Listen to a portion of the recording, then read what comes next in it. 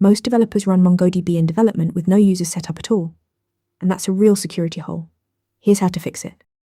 The core method is db.createUser. You call it from the Mongo shell after switching to your target database. It takes a document with 3 key fields: user, the username as a string, pubud, the password and roles, an array that defines what the user is allowed to do. That document structure is the foundation of every MongoDB user you will ever create. Roles control what a user can do. The readWrite role allows querying and modifying data.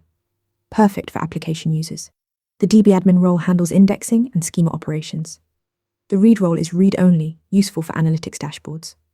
And user-admin lets you manage other users within that database. Always apply least privilege. Grant only the access a user actually needs.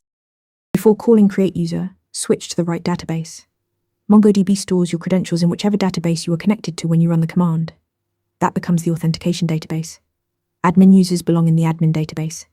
App-specific users belong in their own database. Getting this wrong is the most common cause of login failures. One last step, enable authentication. Start mongod with the --auth flag, or set security.authorization to enabled in your mongod.conf file. Without this step, MongoDB ignores all user definitions entirely. To recap, switch to the right database, call db.createUser with user, password and roles, then enable authentication. Like this video if it helped. Want to get better at answering questions like this? With Interview Mentor, you practice real interview questions out loud. You get personalized feedback and a grade on every answer, and you can track your improvement over time.